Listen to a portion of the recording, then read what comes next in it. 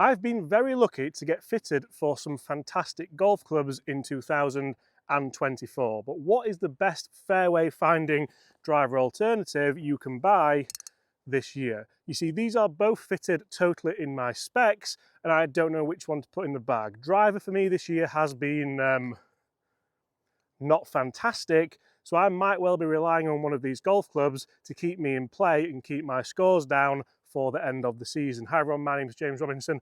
Welcome back to this YouTube channel. Which one would you have in the bag? Would you have Titleist brand new GT2 fairway wood, or would you have the PXG 0311 Black Ops fairway wood? Both these fairway woods are jam-packed full of technology. Both of them, like I said, have been specially fitted in my specs. We'll discuss what the differences are as we go through today's video. But first of all, let's hit a couple of shots down this par 5 and let's see which one I hit the best. We're going to talk numbers as well for today's video. And we're going to talk sound, feel and looks. And we'll talk just how forgiving potentially these golf clubs are. That was a little bit of a toey one to kick things off with the Titleist. And this is exactly what I mean. Just what will keep me in play the most, and just which fairway wood I have in the bag, and should you have in the bag as well. So kicking things off with the Titleist GT2, you can see it does feature a forward weight in there. This is, of course, the 2, not the 3, so it's a slightly bigger head design. It's 199cc, and it's 13.5 degrees set on the C1 setting. The one thing I will say about this is it's a new multi-material design, so it's not actually fully titanium like Titleist always have been in the past, and it doesn't feel or sound that great. I've tested this quite a lot, I've done the reviews, I've tested it against the Mini Driver, the Callaway version, and it performs really well. Like, I get it out there at really, really good numbers, and to be honest, I actually hit it past the Mini Driver on a couple of occasions, but okay, I take it all back. I take everything back, because that, you can't hit a better tee shot than that. That's still going. That is absolutely frightening. And there's a forgiveness element to this as well. So being the bigger head, it actually sits a little bit narrower in the face as well. So it's designed for the golfer who kind of sweeps it off the tee a little bit more, as opposed to the GT3 version where if you hit down on it a bit more, that has the deeper face. Now coming to the PXG, so I was fitted for this towards the back end of last year. I think this is one of the best feeling sounding golf clubs out there. That's not a reason to put it in the golf bag, but it helps. Like, if it performs pretty well, if you get good numbers from it, if you feel really comfortable with it, then surely you have to give it a go, don't you? So I love the carbon element on top here. I think it looks fantastic. Actually, it looks a little bit toed up. And that is an absolute beast as well. If that's long enough, that's cut the corner. And I haven't heard it hit anything either. So can't wait to get down there and see where these are finishing, because I've hit a good one and a bad one with the Titleist. That one with the PXG was a little bit left of where I'm aiming, I'm not going to lie. But can we put that same swing on this as we did with the GT2 and really put the cat amongst the pigeons early in this test? Oh, there we go, Bobby. There we go. That, honestly, let's get down there and see the differences, because I'm hoping that both the first shots are in play, and I'm hoping those second two, I'm hoping there's a difference, because that's why we're here. We're not here to see the same shots and the same ball flights and the same locations. We're here to see which one's best. Okay, so this is very interesting. We've hit a couple of shots off that par 5 tee, as you could see. The Toei Titleist finished in the rough there, so that's not the best really. That's quite a long way further back. The PXG that went left cut the corner, so that's down there. Again, still in the rough, but I would anticipate that. And then we actually have, so the further one down there is the Titleist tee shot, and the one a little bit further back is the PXG Black Ops. So from the two that we hit really, really well, I certainly felt like the Titleist was more of that kind of knuckleball ball flight. We'll put that back on screen now. If I could bottle that, I would put that Titleist in the bag tomorrow, no questions asked, even if the PXG feels a lot softer. It feels a lot nicer. For me, I feel more confident with that. We're going to keep testing that through today's video. And there's a little bit of a kind of hiccup that we need to talk about as well. So stay tuned right to the end. Let's go and hit some more tee shots and see which fairway finding driver alternative I might put in the bag. So let's talk a little bit more about the looks of both these clubs and, of course, the specs and the tech in them. So I actually think that these are two of the better looking 3-woods on the market. I like how they're both fairly traditional looking. I like how they're both pretty stealthed out when it comes to the colours. Can't really say the word stealth when it comes to golf clubs anymore, can you? Because it means garish red face. But I do like how the PXG does have that kind of carbon crown, as we've already mentioned, And then as you look on the bottom, we have that kind of 3 weighting system. So fitting wise, PXG can really fit you to within nth of a degree to make sure this is the perfect club for you. When it comes for Titleist, you'll see they have that 1 weighting in the front. That's designed to drag CG down and forwards to make sure you can still get that kind of nice low launching, low spinning shot, just like we saw on that previous tee. When it comes to the specs, it's funny how different brands will fit you differently. So Titleist wise, they fitted me for the Tour AD Di7 in the stiff flex, whereas PXG fitted me for the KBS Tour Driven, and I believe that is a 70 gram X. So very, very different, similar weights, I think. We'll go PXG first this time. I'm just going to hit 1 off this tee and 1 off the 18th tee. We're going to talk numbers as well because we've been in the studio. And it's amazing, isn't it, how different brands will fit you differently, even though you kind of go in with the same mission objective. Right, the wind's off the right, so let's just aim down the right side of the fairway. Oh my Lord, look at that. I mean, it's going to be in the left-hand rough. Oh, no, it's not. It's not. Oh, Bobby, look at that. That is the ball flight I want. That's the ball flight we want right there. That's off the deck as well. So we didn't tee that up. It's still, that's on the centre line. That's why I like doing these tests. Revisiting things.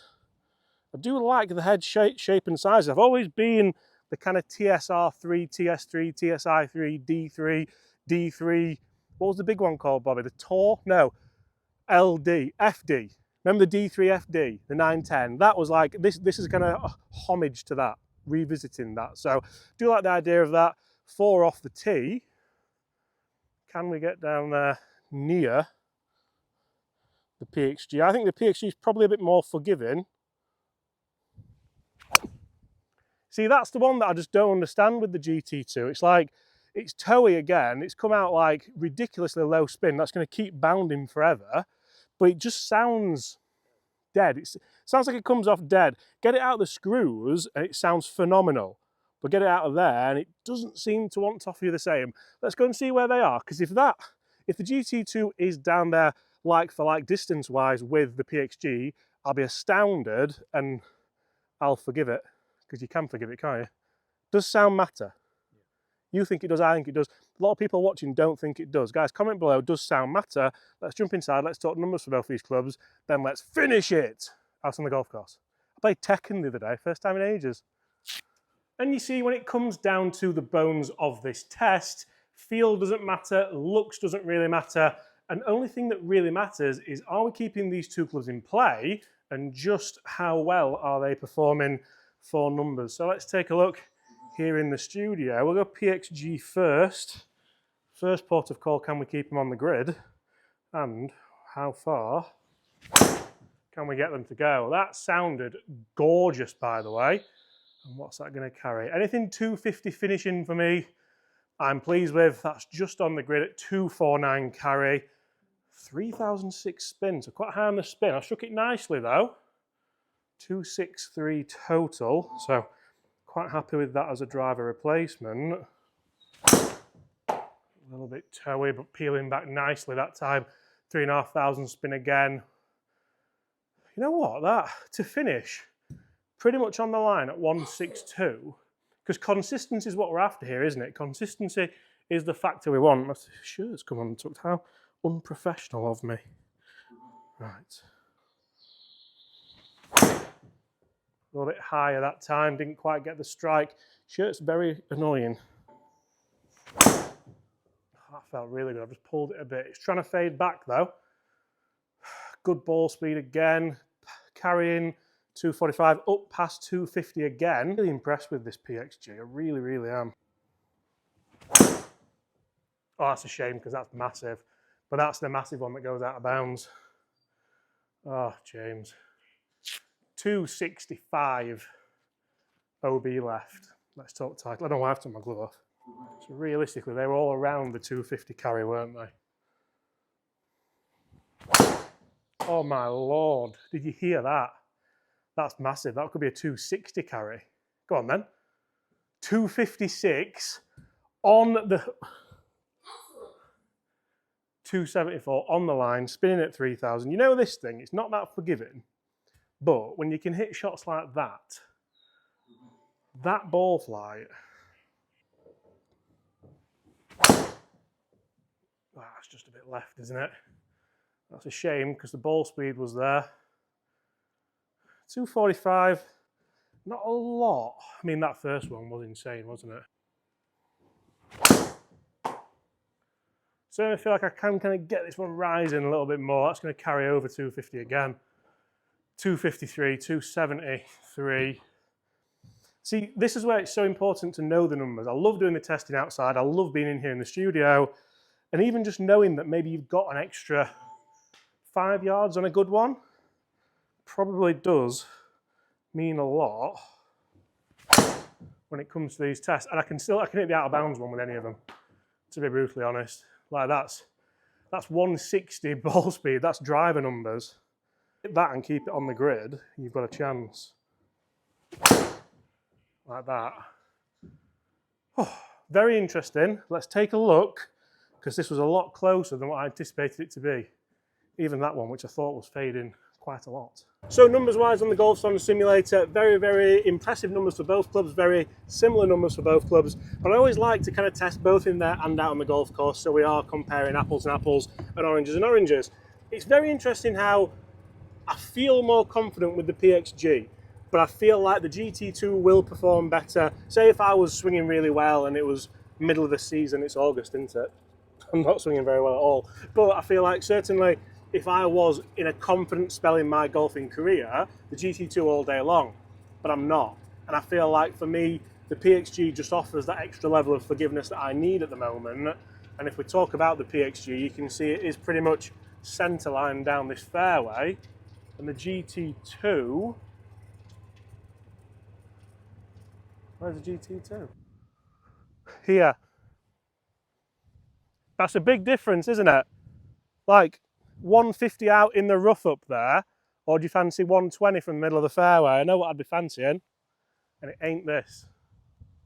Okay, so the big elephant in the room here isn't me at the moment, but it's the fact that I think the PXG is way more forgiving, but the GT2, if you are a bit of a player, is the one to go for. We're into the wind now, we're on the 18th tee. This is where the accumulation comes to here, everything. So, can we play the ultimate shot down here? We're in the Club Championship, Bobby. Final round, final hole. You don't want to hit driver because you can't hit driver because you're rubbish. Can we play that low penetrating knuckleball? Yes. A little bit cutty, but it's going to be right side of the fairway. I don't mind that at all for a tee shot. That took a hideous bounce, but it's done pretty well for a shot. Now, can we get that low knuckleball with the PXG? Because the fact that the GT2 for me isn't quite as forgiving means you can get that low knuckleball. When it comes to the PXG, can we get that? Because if so, it's kind of offering the best of both worlds, isn't it? So, can we? I mean, it's a phenomenal golf shot, and it's everything you want. It's not that low knuckleball, but it's still, I think that's another centerline ball with the PXG, isn't it? So would you trade, I mean, it's got to be this all day, hasn't it? Just the fact you can hit it lower doesn't mean you're going to put it in the bag, surely not. I think this is underrated. I think the driver's underrated as well. There we go. Video done, I'll go with that one.